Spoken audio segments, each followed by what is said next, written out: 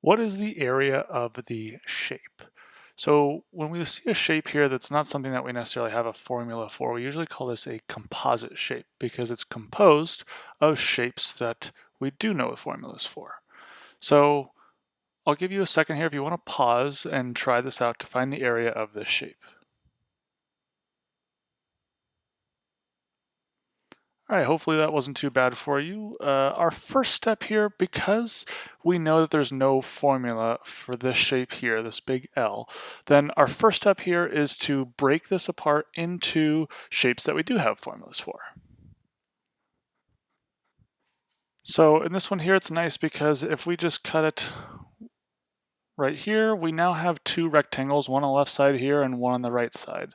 Remember, I'm only going through one way here, but you could easily cut right here as well, or you could make the whole rectangle here and then subtract this white piece here. But it is up to you, whatever you prefer, and I'm going to go ahead and show you when we cut it right here.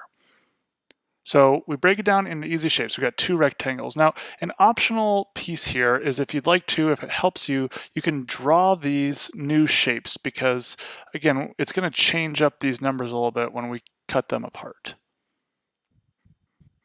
So what I will say our second step is for this is that we need to find the side lengths of our new shape.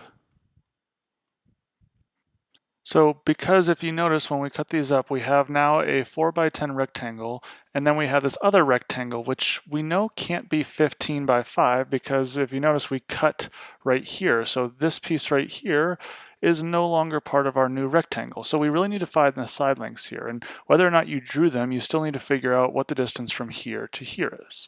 So the way that we can do that is that we can see, we know rectangles, opposite sides are equal. So in this case here, since this is 4 meters, then we know the opposite side is 4 meters as well.